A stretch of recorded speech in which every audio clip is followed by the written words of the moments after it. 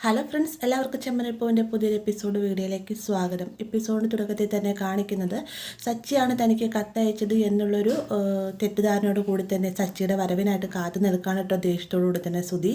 ഈ ഒരു സമയം തന്നെ രേവതി ഒരുപാട് തവണ സച്ചിയെ വിളിച്ചിട്ട് ഫോൺ എടുക്കാതെ ആകെ ടെൻഷനിൽ നിൽക്കുന്ന സമയത്താണ് സച്ചി അങ്ങോട്ടേക്ക് വരും. സച്ചി വന്ന ഉടനെ തന്നെ രേവതി പറയുന്നുണ്ട്, നിങ്ങളുടെ ഏട്ടൻ അന്ന് കത്തയച്ചില്ലേ, അതേ രീതിയിൽ തന്നെ പിന്നീടും കത്ത് വന്നിരുന്നു.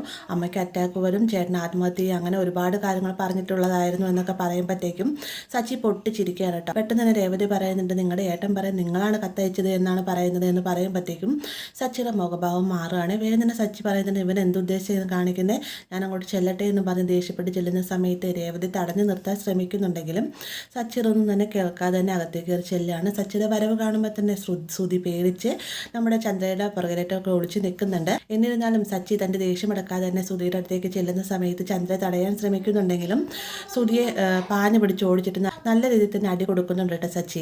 അവിടെ നിന്ന് രക്ഷപ്പെട്ട് നേരെ ചെല്ലുന്നത് ശ്രുതിയുടെ അടുത്തേക്കാണ്. ശ്രുതിയും ഇതേ രീതിയിൽ തന്നെ തടയാൻ ശ്രമിക്കുന്നുണ്ടെങ്കിലും നടക്കുന്നില്ലേ.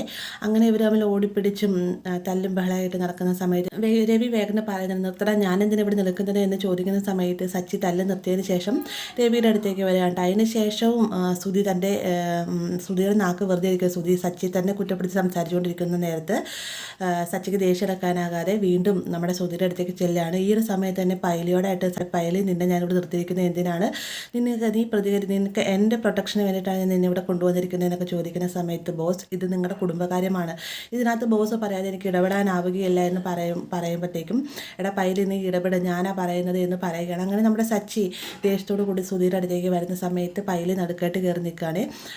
സച്ചി പറയുന്നുണ്ട്, മാറാൻ പറയുന്നുണ്ടെങ്കിലും പൈലി ഇതൊന്നും തന്നെ ഉൾക്കൊള്ളാതെ തന്നെ എൻ്റെ ബോസിൻ്റെ ദേഹത്ത് കൈവയ്ക്കാൻ സമ്മതിക്കുകയില്ല എന്നും പറഞ്ഞുകൊണ്ട് ഒരു വമ്പൻ മരം നിൽക്കുന്ന പോലെ തന്നെ സുധീയുടെ മുന്നിലേട്ടായി നിൽക്കുകയാണ്. ഇത് കാണുമ്പോൾ തന്നെ സുധിക്കും അതുപോലെ തന്നെ ചന്ദ്രയ്ക്കൊക്കെ ഭയങ്കര ആത്മവിശ്വാസം. കാരണം ഒത്തൊരു മനുഷ്യനാണ് പൈല. തീർച്ചയായിട്ടും സച്ചിയുടെ കളിയൊന്നും പൈലയുടെ അടുത്ത് നടക്കില്ല എന്ന രീതിയിൽ തന്നെയാണ് ഇരുവരും നിൽക്കുന്നത്. എന്നിരുന്നാലും സച്ചി പൈലയെ വക വയ്ക്കാതെ മുന്നോട്ട് ചെല്ലുന്ന സമയത്ത് പൈലി വേഗം തന്നെ സച്ചിയുടെ ഷോൾഡറിനകത്ത് കുത്തിപ്പിടിക്കുന്നുണ്ട്. സച്ചി കൈയെടുത്ത് മാറ്റാൻ പറയുന്നുണ്ടെങ്കിലും പൈലി ഇതൊന്നും തന്നെ കേൾക്കുന്നില്ല കേട്ടോ. ഭയങ്കര ഒരു മനക്കരത്തോടു കൂടി തന്നെ സച്ചിനെ ഇങ്ങനെ ഷോൾഡർ കുത്തിപ്പിടിച്ചിരിക്കുകയാണ്. സച്ചിക്ക് അവസാനം സൈ കിട്ട് തന്നെ പൈലിക്ക് 2 തന്നെ കൊടുക്കുന്നുണ്ട്. ആ ഒരു അടിയിൽ തന്നെ പൈലി നിലത്ത് കറങ്ങി വീഴുകയും ചെയ്യുകയാണ്. പെട്ടെന്ന് തന്നെ സുധിയും രവിയും ശ്രീകാന്തെല്ലാം ചുറ്റും കൂടി നിന്നിട്ട് പൈലിയെ വിളിക്കുന്നുണ്ട്. എന്നാൽ പൈലി എഴുന്നേൽക്കുന്നില്ല. രവി പറയുകയാണ്, ഈശ്വര ഇവൻ ചത്തുപോയോ എന്ന് ചോദിക്കുന്ന നേരത്ത് വേഗം തന്നെ സുധി, എടാ പൈലി എഴുന്നേക്കട, നാണം കെടുത്താതെ എഴുന്നേൽക്കട എന്ന് പറഞ്ഞിട്ട് തട്ടി വിളിക്കുകയാണ് കേട്ടോ. അങ്ങനെ ഒരു കണക്കിന് പൈലിയെ വിളിച്ച് എഴുന്നേൽപ്പിച്ചിരുത്തതിന് ശേഷം പൈലി വേഗം തന്നെ സച്ചിയെ നോക്കിയിട്ടിരുന്ന് കരയുകയാണ്. കുഞ്ഞു കുട്ടികളിരുന്ന് കരയുന്ന പോലെ. ഇത് കാണുമ്പോഴത്തേക്ക് രേവതിയും ശ്രീകാന്തും വർഷയെല്ലാം തന്നെ പൊട്ടിച്ചിരിക്കുകയാണ് കേട്ടോ. അവർ മാത്രമല്ല രവിക്കും ചിരി വരുന്നുണ്ട്. അപ്പോൾ ഇവരുടെ ഈ പൈലിയുടെ ഒരു നേച്ചർ കാണുമ്പോഴത്തേക്കും സുധി വേഗം പറയുന്ന, ഈശ്വര എന്ത് കാര്യത്തിലാണെന്ന് ഞാൻ 20 മുട്ടയും പാല് കൊടുത്ത് എൻ്റെ സെക്യൂരിറ്റി ആയിട്ട് നിർത്തി ഒരു കാര്യമില്ലാതായി പോയല്ലോ എന്നൊക്കെയാണ് പറയുകയാണ്. മാത്രമല്ല പൈലിയോടെ പറയുന്നത്, ഇന്ന് നാളെ തൊട്ട് നീ വരേണ്ടയില്ല, നീ ജോലിയിൽ നിന്നും പോയിക്കോളാൻ പറഞ്ഞുകൊണ്ട് ദേഷ്യപ്പെട്ടാണ് അവിടെ നിന്ന് ഇറക്കി വിടുന്നത്. പെട്ടെന്ന് തന്നെ രേവതി സച്ചിയുടെ അടുത്ത് വന്നതിന് ശേഷം സച്ചിയുടെ കൈ കൂടെ അടിപൊളിയായിട്ടുണ്ടെന്ന് പറഞ്ഞിട്ട് ഷെയ്ക്കാൻ്റെ കൊടുക്കുകയാണ്. ആ ഒരു സമയം തന്നെ സുധി ആകട്ടെ പേടിച്ചാണ്ട് നിൽക്കേണ്ടത്, തനിക്ക് പ്രൊട്ടക്റ്റ് ചെയ്യാനായിട്ട് ആരുമില്ല, താനായി തന്നെ മനക്കരുത്ത് എടുക്കണം, അല്ലെന്നാണെങ്കിൽ ഓടിക്കഴിഞ്ഞാൽ നാണക്കേടാണ്. അതുകൊണ്ട് തന്നെ എന്തും ചെയ്തു ഇവിടെ തന്നെ നിൽക്കാമെന്നും പറഞ്ഞുകൊണ്ട് സുധി അവിടെ തന്നെ നിൽക്കുകയാണ്. ആ ഒരു സമയം തന്നെ സച്ചി സുധിയുടെ അടുത്തേക്ക് ചെല്ലുന്നുണ്ട്.